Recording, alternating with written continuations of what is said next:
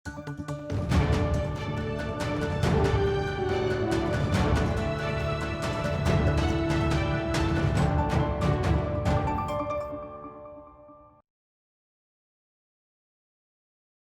અફેર્સની વધુ માહિતી મેળવવા માટે જોતા રહો અમારી યુટ્યુબ ચેનલ આઈસીઈ રાજકોટ અને અમારી ચેનલને સબસ્ક્રાઇબ કરો અને બેલ આઇકોન પ્રેસ કરો જેથી દરેક નવા વિડીયોની નોટિફિકેશન મેળવી શકો.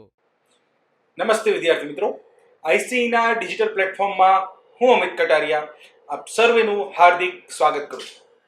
વિદ્યાર્થી મિત્રો, આજના કરંટ અફેરના મુદ્દાઓની વિસ્તૃત છણાવટ કરીએ તે પહેલા થોડાક વિદ્યાર્થીઓના પ્રશ્નો જોઈ લઈએ. આજનો પહેલો પ્રશ્ન શ્રી અર્પિત પ્રજાપતિ તથા દિવ્યા વોરા દ્વારા પૂછાયેલો છે. બંનેનો પ્રશ્ન એક જ છે. એમનો પ્રશ્ન છે કે PHWR એટલે શું? PHWR એટલે શું? ગઈકાલનો જે ટોપિક હતો કાકરાપાર એટોમિક પાવર પ્લાન્ટ વિશે, તેમાં એક ટર્મિનોલોજી હતી PHWR. ધ્યાન રહે, પરમાણુ ઉર્જા મથકનો એક પ્રકાર છે.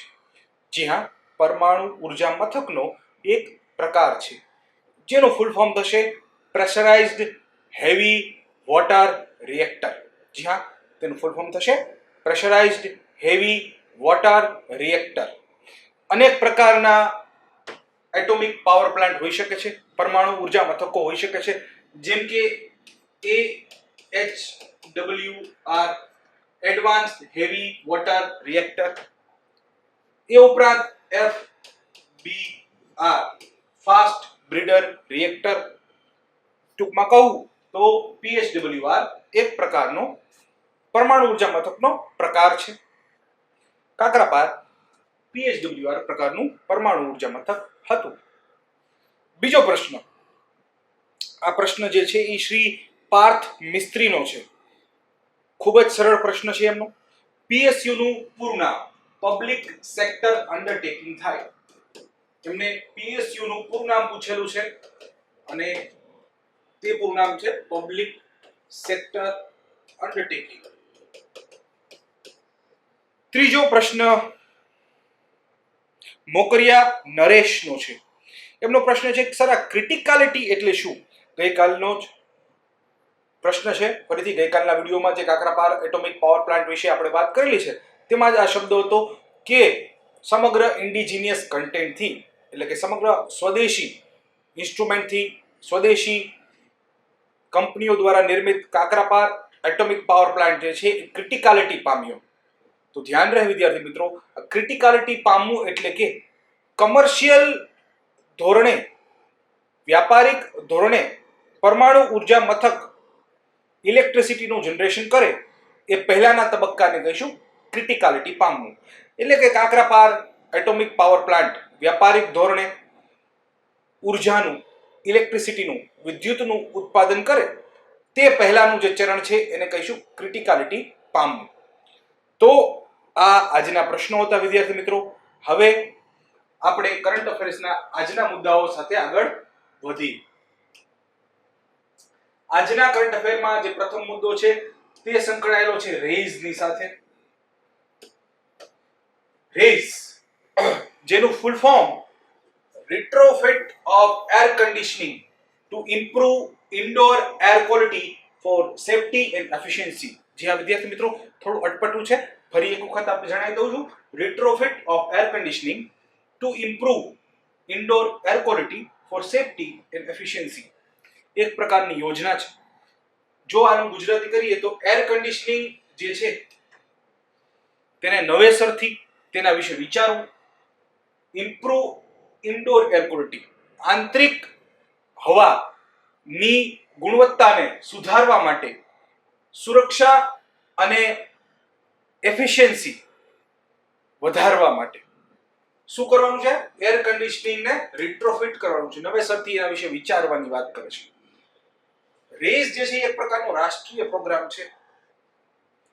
એ ઉપરાંત ધ્યાન રહે ESL અને USAID બંનેના સંયુક્ત ભાગીદારીથી રેઇઝ નામનો પ્રોગ્રામ જે છે એ ઘડવામાં આવેલો છે.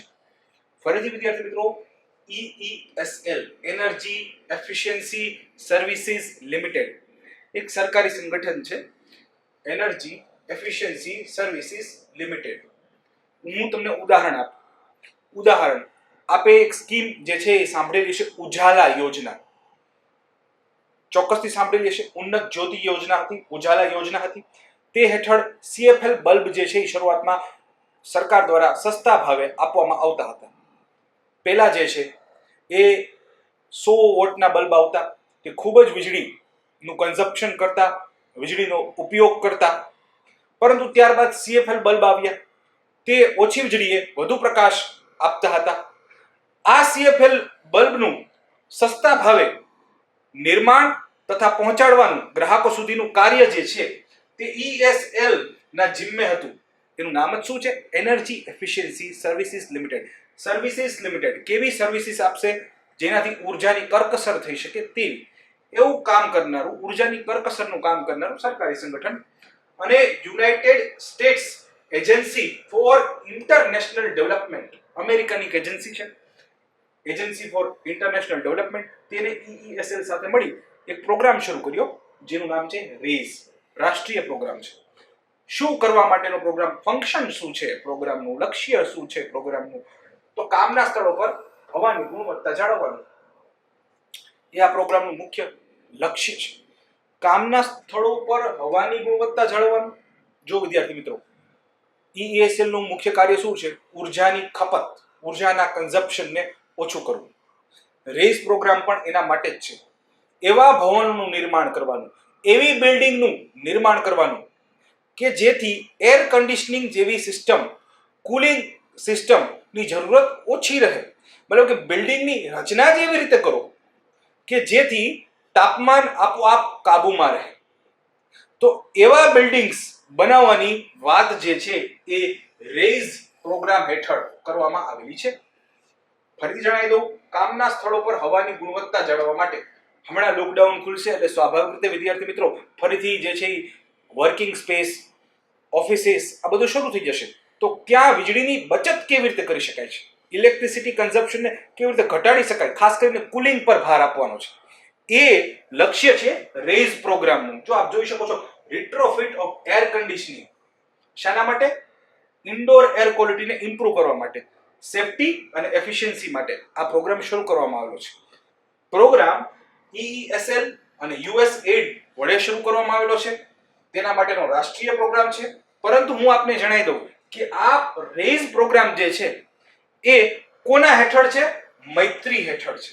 જી હા વિદ્યાર્થી મિત્રો, રેઇઝ પ્રોગ્રામ મૈત્રી હેઠળ છે. તો અહીંયા આપણને ખ્યાલ હોવો જોઈએ કે આ મૈત્રી એટલે શું? તો મૈત્રીનું પણ એક ફૂલ ફોર્મ છે, market integration and transformation programme for energy efficiency. ફરીથી આ શબ્દ ઉપર ખાસ ભાર છે. જોજો વિદ્યાર્થી મિત્રો, એનર્જી એફિશિયન્સી, ઉર્જાની બચત. તેથી આ મૈત્રી નામનો એક પ્રોગ્રામ જે શરૂ જ હતો તે હેઠળ રેઇઝ પ્રોગ્રામને શરૂ કરવામાં આવ્યું. રેઇઝ પ્રોગ્રામનું લક્ષ્ય શું છે? કેવી રીતે ભવનોના નિર્માણમાં, બિલ્ડિંગ્સમાં જે છે બનાવતી વખતે જ એવું કંઈક આયોજન કરીએ જેથી ઉર્જાની બચત થાય. ખાસ કરીને કુલિંગ સિસ્ટમ પર અહીંયા ભાર છે, એ ધ્યાન રહે. અહીંયા આ ભારતનો સંયુક્ત સાહસ છે. કોની સાથે મળીને? અમેરિકા સાથે મળીને. જો તમને એવું પૂછવામાં આવે પ્રશ્ન ક્યાંથી આવશે, રેઇઝ માં ભારત સાથે કયા સંગઠનોની ભાગીદારી છે? તો યાદ રાખવાનું, EESL ભારતનું સંગઠન છે, USAID અમેરિકાનું સંગઠન છે. રેઇઝ પ્રોગ્રામ કયા બે દેશો સાથે મળી અને ચલાવે છે? અમેરિકા અને ભારત. રેઇઝ પ્રોગ્રામ કોનો સબ પ્રોગ્રામ છે? નીચેનામાંથી કોનો સબ પ્રોગ્રામ છે? મૈત્રીનો. ખાસ ધ્યાન રહે વિદ્યાર્થી મિત્રો, આટલું આપણને યાદ હોય એટલે આ પ્રશ્નનો જવાબ ખોટો ના પડે.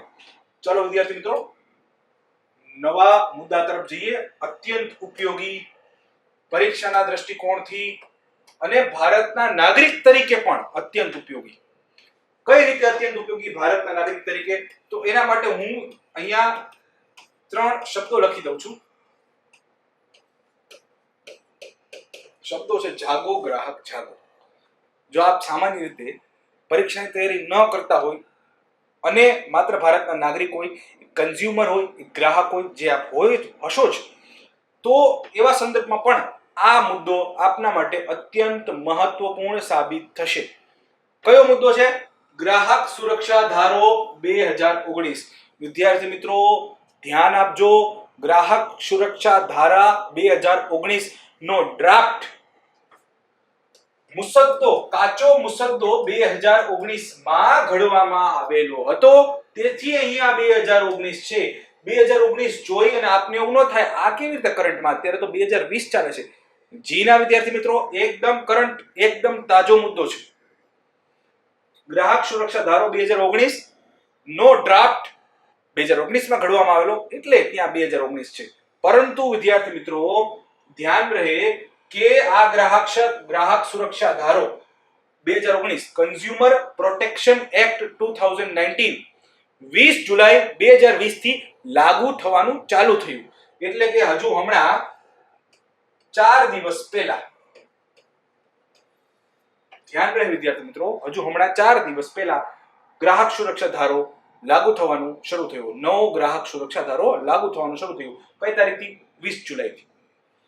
ધ્યાન રહે એ પહેલા ગ્રાહક સુરક્ષા ધારો નહોતો એવું નહોતું. એ પહેલા પણ ગ્રાહક સુરક્ષા ધારો હતો જે 1986 માં બનેલો હતો. હવે નવો ગ્રાહક સુરક્ષા ધારો 1986 વાળા ગ્રાહક સુરક્ષા ધારાને રિપ્લેસ કરશે, તેને બદલી નાખશે. ક્યારથી લાગુ થયો ગ્રાહક સુરક્ષા ધારો 2019? 20 જુલાઈથી લાગુ થયો. તો આપણને ખ્યાલ હોવો જોઈએ કે એમાં શું આપેલું છે. તો પેલા કઈ બાબતો આપેલી છે તેની ચર્ચા કરીએ. ગ્રાહક સુરક્ષા કાયદો આજે 2019 છે. તે ગ્રાહક સુરક્ષા કાયદા હેઠળ એક સંસ્થાનું નિર્માણ કરવામાં આવશે. સંસ્થાનું નામ છે સેન્ટ્રલ કન્ઝ્યુમર પ્રોટેક્શન ઓથોરિટી.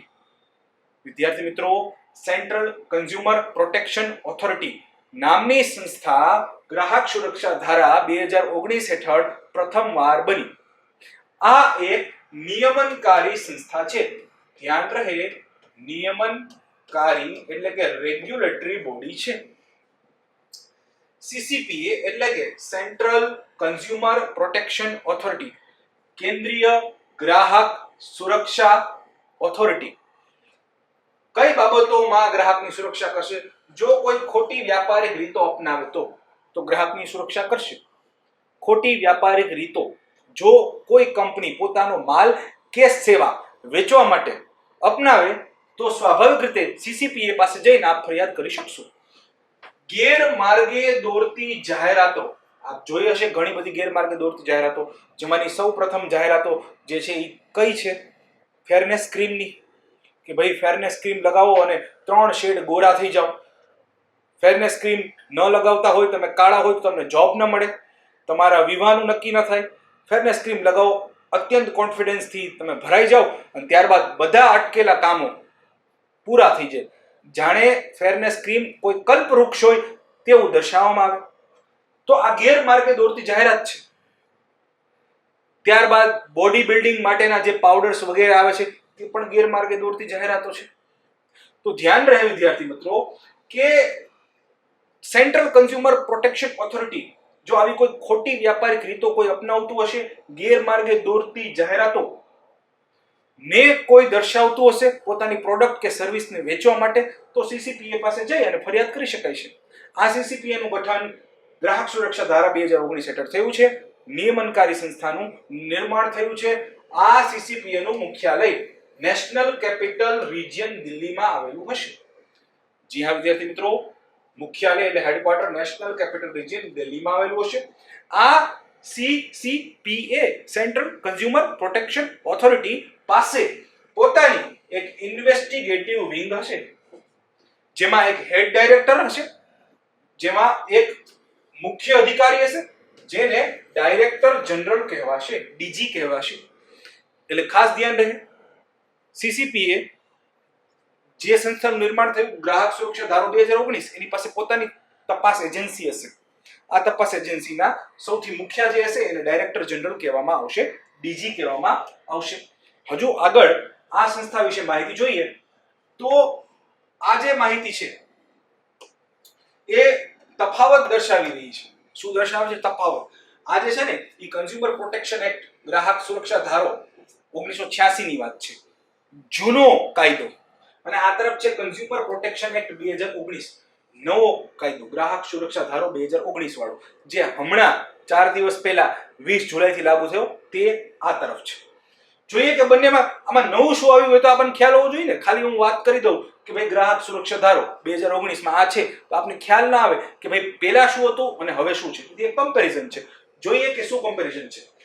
તો જે જૂનો ધારો હતો 1986 વાળો, તેમાં કોઈ નિયમનકારી સેપરેટ એજન્સી નહોતી, સ્વતંત્ર નિયમનકારી એજન્સી નહોતી. હવે નવા ધારામાં એવી એજન્સીનું નિર્માણ થયું જે CCPA તરીકે ઓળખાશે. મેં આપને જણાવ્યું સેન્ટ્રલ કન્ઝ્યુમર પ્રોટેક્શન ઓથોરિટી તરીકે. એ નિયમનકારી છે, રેગ્યુલેટરી એજન્સી છે. બીજું, જે જૂનો ગ્રાહક સુરક્ષા ધારો 1986 વાળો હતો, તેમાં શું છે કે માની લો કે મેં કોઈ વસ્તુ ખરીદી, હવે મને એ વસ્તુ જણાય છે કે મારી સાથે વસ્તુ ખરીદી અને ફ્રોડ થયો છે, તો હું કમ્પ્લેન કરવા જાઉં તો મારે કમ્પ્લેન કરવા ક્યાં જવું પડે? જ્યાં કંપની પોતે હોય ત્યાં કમ્પ્લેન કરવા જવું પડે. જ્યાં વિદ્યાર્થી મિત્રો માની લો કે મેં કોઈ પ્રોડક્ટ ખરીદી, હવે એ સમજો કે એ કંપની દિલ્હીની છે, તો મારે દિલ્હી ફરિયાદ કરવા જવું પડે. જ્યારે હવે આ નવો ધારો જે છે એ શું કહે છે? Complaint can be filed in consumer court where the complainant resides or works. મતલબ કે હવે હું ક્યાં કમ્પ્લેન કરવા જઈશ? તો હું ત્યાં કમ્પ્લેન કરવા જઈશ જ્યાં મારી સાથે ધોકો થયો છે. મતલબ હું જ્યાં રહું છું ત્યાં જ હું કમ્પ્લેન કરી શકું છું. ધ્યાન રહે વિદ્યાર્થી મિત્રો, ભૂલાય નહીં. જૂનો ધારો એવું કહેતો હતો કે કોઈ કંપનીની પ્રોડક્ટ મેં ખરીદી, મને એવું લાગ્યું કે મારી સાથે ધોકો થયો છે, તો મારે ફરિયાદ કરવા ક્યાં જવું પડતું હતું? જ્યાં કંપની છે ત્યાં. અને હવે હું જ્યાં છું ત્યાં હું ફરિયાદ કરી શકું છું નવા કાયદા મુજબ. નેક્સ્ટ વિદ્યાર્થી મિત્રો, ત્યારબાદ જે જૂનો ગ્રાહક સુરક્ષા ધારો 1986 વાળો હતો, તેમાં જ્યુરિસ્ડિક્શન ની દ્રષ્ટિએ જો જોઈએ તો અહીંયા ધ્યાન રહે કે જો તમારે કોઈ દાવો માંડવાનો હોય જૂના ધારા મુજબ, તો જિલ્લા સ્તરે તમે 20 લાખ રૂપિયા સુધીનો દાવો માંડી શકતા. પરંતુ હવે નવા કાયદા મુજબ એવો દાવો કે તમને કોઈ બાબતનું નુકસાન થયું છે, કોઈ પ્રોડક્ટ ખરીદી અને તમારે નુકસાન સફર કરવું પડ્યું છે, નુકસાન સહન કરવું પડ્યું છે, તો એવો દાવો હવે જિલ્લા સ્તરે આ કાયદા મુજબ 1 કરોડ સુધીનો માંડી શકાશે. જૂના કાયદા મુજબ રાજ્ય સ્તરે 20 લાખ થી લઈ અને 1 કરોડ સુધીનો દાવો મંડાતો. હવે નવા કાયદા મુજબ 1 કરોડ થી લઈ 10 કરોડ સુધીનો દાવો રાજ્ય સ્તરે માંડી શકાશે. એ ઉપરાંત રાષ્ટ્રીય સ્તરે પહેલા 1 કરોડ થી કોઈ પણ દાવો ઉપરનો હોય તો તમારે રાષ્ટ્રીય સ્તરે જે છે એ લડવું પડતું. જ્યારે હવે 10 કરોડ થી વધુનો દાવો હોય તો જ તમારે રાષ્ટ્રીય સ્તરે જવાની જરૂર છે, કારણ કે 1 થી 10 કરોડ સુધી તો રાજ્ય સ્તરે આપ લડી શકો છો. ત્યારબાદ જે જૂના 1986 વાળો જે કાયદો હતો, તે કાયદામાં ઈ કોમર્સ વિશે કશું હતું જ નહીં. મતલબ કે હવે તમે જે ઓનલાઈન ઓર્ડર આપો છો એમેઝોન પરથી, ઝોમેટો પરથી, એ બધી બાબતોનો ઉલ્લેખ 1986 વાળા કાયદામાં હતો જ નહીં. શું કામ નહોતો? એટલા માટે નહોતો કારણ કે 1986 માં ઈ કોમર્સ જ નહોતું. હવે ઈ કોમર્સ છે. તેથી નવા કાયદા મુજબ જે નિયમો સામાન્ય દુકાનદારને લાગુ પડશે એ જ નિયમો ઈ કોમર્સને પણ લાગુ પડશે. સેમ નિયમો. પહેલા એવો કોઈ ઉલ્લેખ જ નહોતો, હવે ઉલ્લેખ છે. ધ્યાન રહે, જે નિયમો સામાન્ય દુકાનદારને લાગુ પડશે એ બધા નિયમો ઈ કોમર્સને પણ લાગુ પડશે. તો વિદ્યાર્થી મિત્રો, મને આશા છે કે આ કમ્પેરિઝન આપના મગજમાં ક્લિયર થઈ ગઈ હશે. નેક્સ્ટ મુદ્દા તરફ જો આપણે આગળ વધીએ તો નેક્સ્ટ મુદ્દો હેમર મિસાઇલ સાથે સંકળાયેલો છે. જે વિદ્યાર્થી મિત્રો, નેક્સ્ટ મુદ્દો હેમર મિસાઇલ સાથે સંકળાયેલો છે. એકદમ કરંટ, પરીક્ષાના દૃષ્ટિકોણથી સંરક્ષણનો મુદ્દો ગણાશે. હેમર મિસાઇલનું ફૂલ ફોર્મ છે highly agile modular munition extended range. ફરીથી બોલી આપું છું, highly agile modular munition extended range. HAMMER એક પ્રકારની મિસાઇલ છે. ભારતે હવાથી જમીન પર માર કરનાર એર ટુ ગ્રાઉન્ડ પ્રકારની મિસાઇલ છે. કેવી છે? એર ટુ ગ્રાઉન્ડ પ્રકારની મિસાઇલ છે. તે મિસાઇલ ભારત પહેલા ફ્રાન્સ પાસેથી નહોતું ખરીદવાનું. હવે રફાલની સાથે સાથે આ મિસાઇલ પણ ફ્રાન્સ સાથે ખરીદવામાં આવશે. હા વિદ્યાર્થી મિત્રો, ભારત ચીન સરહદે જે વિવાદ છે તેની પૃષ્ઠભૂમિમાં આ નિર્ણય લેવાયો છે. ફરીથી જણાવી દઉં છું, જો તમને પરીક્ષા પૂછાય કે હેમર મિસાઇલ ખરીદવાનો સોદો ભારતે નીચેનામાંથી કયા રાષ્ટ્ર સાથે કર્યો, તો ફ્રાન્સ સાથે કર્યો. હેમરનું full form highly agile modular munition extended range છે. કયા પ્રકારની મિસાઇલ છે? હવાથી જમીનમાં માર કરતી, જમીનથી હવામાં માર કરતી, પાણીથી હવામાં માર કરતી, એક પણ નહીં. તો શું જવાબ આવશે? હવાથી જમીનમાં, એર ટુ ગ્રાઉન્ડ પ્રકારની મિસાઇલ છે. કયા રાષ્ટ્ર પાસેથી? ફ્રાન્સ પાસેથી. કયા વિમાનમાં લગાડવામાં આવશે? રાફેલ વિમાનોમાં લગાડવામાં આવશે. જે રાફેલ વિમાનો ભારત ફ્રાન્સની દસોલ્ટ એવિએશન પાસેથી ખરીદવાનું છે તે વિમાનો પર હેમર મિસાઇલ લગાડવામાં આવશે. નવા મુદ્દા તરફ આગળ વધીએ વિદ્યાર્થી મિત્રો. આ ફોટો તમે હાલ સમાચાર પત્રોમાં જોયેલો છે. આપને એ પણ ખબર હોઈ શકે કે લોનાર લેક, લોનાર નામનું તળાવ હાલમાં ગુલાબી રંગનું બની ગયું. પરંતુ વિદ્યાર્થી મિત્રો, માત્ર આટલી ખબર સામાન્ય મનુષ્ય માટે પૂરતી છે? પરીક્ષા અને એમાં સ્પર્ધાત્મક પરીક્ષાની જે તૈયારી કરતો વિદ્યાર્થી છે તેને થોડુંક ડિટેલમાં જાણવું જરૂરી છે. તેથી અહીંયા ધ્યાન રાખજો. મહારાષ્ટ્રના બુલધાણા જિલ્લામાં, જી હા વિદ્યાર્થી મિત્રો, મહારાષ્ટ્રના બુલધાણા જિલ્લામાં લોનાર તળાવ આવેલું છે. ધ્યાન રહે, આ તળાવ આજથી 50,000 વર્ષો પૂર્વે, આજથી લગભગ 50,000 વર્ષો પૂર્વે ઉલ્કાપાતને કારણે રચાયું છે. મહારાષ્ટ્રના બુલધાણા જિલ્લામાં લોનાર નામનું તળાવ આજથી લગભગ 50,000 વર્ષો પૂર્વે ઉલ્કાપાતને કારણે રચાયું છે. હાલમાં એ તળાવનું પાણી ગુલાબી રંગનું થઈ ગયું. આપ જોઈ શકો છો. એ પાણી ગુલાબી રંગનું થઈ ગયું તેનું કારણ જાણવા માટે વૈજ્ઞાનિકોએ ઘણા અભ્યાસ કર્યા. એ કારણ જે છે મળી ચૂક્યું છે. આપે પરીક્ષાના દ્રષ્ટિકોણથી કારણ યાદ રાખવાનું છે. શું છે કારણ? પાણીમાં ખારાશ વધતા. જો વિદ્યાર્થી મિત્રો, હમણાં જે ઉનાળો ગયો છે એટલે સ્વાભાવિક રીતે લોનાર તળાવમાં જે પાણી હશે તે ઉનાળાની ગરમીને કારણે મોટી માત્રામાં બાષ્પીભવન પામેલું છે. બાષ્પીભવન પાણી પામે છે. તળાવમાં રહેલા સોલ્ટ એટલે કે ક્ષારો બાષ્પીભવન પામતા નથી. હવે માની લો કે કોઈ જગ્યાએ 100 લીટર પાણી હોય અને એમાં 1 કિલો ક્ષારો હોય, 50 લીટર પાણીનું બાષ્પીભવન થઈ જાય તો સ્વાભાવિક રીતે પાણીની અંદર ક્ષારોનું પ્રમાણ પર્સન્ટેજની દ્રષ્ટિએ વધશે. અહીંયા પણ એવું જ થયું કે આ લોનાર તળાવમાં પાણી ઉનાળાની અત્યંત ગરમીને કારણે બાષ્પીભવન પામેલું હતું, પરંતુ ક્ષારોની માત્રા એ જ રહી, તેથી વધુ ક્ષારીયતા પાણી પામ્યું. તેથી પહેલી વખત ઘટના એવી ઘટી કે પાણીમાં ખારાશ વધતા હેલો આર્કિયા, જી હા, હેલો આર્કિયા નામના બેક્ટેરિયાની વસ્તી વધી. હેલો આર્કિયા નામના બેક્ટેરિયાની વસ્તી વધી અને હેલો આર્કિયા બેક્ટેરિયા ગુલાબી રંગનું એક પિગમેન્ટ ધરાવે છે. તેના કારણે પાણી પણ ગુલાબી રંગનું થયું. પરંતુ ચિંતા કરવાની જરૂર નથી. પાણી ગુલાબી રંગનું ટેમ્પરરી થયું છે. ચોમાસું આવતા મીઠા પાણીની આવક વધતા આપોઆપ આ બેક્ટેરિયાની માત્રામાં ઘટાડો થશે અને પાણી ફરીથી ટ્રાન્સપરન્ટ, પારદર્શક, સામાન્ય રંગનું થઈ જશે. ધ્યાન રહે વિદ્યાર્થી મિત્રો, આપણા માટે હેલો આર્કિયા બેક્ટેરિયા મહત્વપૂર્ણ છે. નેક્સ્ટ મુદ્દો, આજનો છેલ્લો મુદ્દો, national broadcasting day. National broadcasting day જે છે એ દર વર્ષે 23 જુલાઈના રોજ ઉજવાય છે. યાદ રહે વિદ્યાર્થી મિત્રો, 23 જુલાઈના રોજ દર વર્ષે નેશનલ બ્રોડકાસ્ટિંગ ડે ઉજવાય છે. સ્વાભાવિક રીતે કે કારણ હશે કે આ દિવસે શું કામ ઉજવાય છે? તો કે આ દિવસે ઇન્ડિયન બ્રોડકાસ્ટિંગ કંપની, આ જ દિવસે 23 જુલાઈના દિવસે ઇન્ડિયન બ્રોડકાસ્ટિંગ કંપની દ્વારા ભારતનું પ્રથમ રેડિયો બ્રોડકાસ્ટ બોમ્બેથી કરાયું હતું. ઇન્ડિયન બ્રોડકાસ્ટિંગ કંપની એ સમયે ખાનગી કંપની હતી. તેનું પ્રથમ બ્રોડકાસ્ટ બોમ્બેથી કરાયું હતું.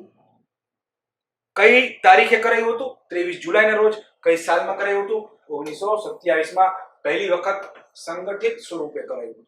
શબ્દ ધ્યાન રહે, 1927માં 23 જુલાઈના રોજ ઇન્ડિયન બ્રોડકાસ્ટિંગ કંપનીએ બોમ્બેથી ભારતનું પ્રથમ રેડિયો બ્રોડકાસ્ટિંગ સંગઠિત સ્વરૂપે શરૂ કરેલું હતું. તો વિદ્યાર્થી મિત્રો, આ હતા આજના કરંટ અફેર્સના આપણા મુદ્દાઓ. મને આશા છે કે આ વિડીયો આપને ગમ્યો હશે. જો ગમ્યો હોય તો ચોક્કસથી લાઈક કરજો. આપના મિત્રો સાથે શેર કરો. Sharing is carrying. એ પણ ધ્યાન રહે. કમેન્ટ બોક્સમાં આપના સૂચનો તથા પ્રશ્નો પૂછવાનું ચૂકતા નહીં. આવતીકાલે ફરી મળીએ. Thank you very much.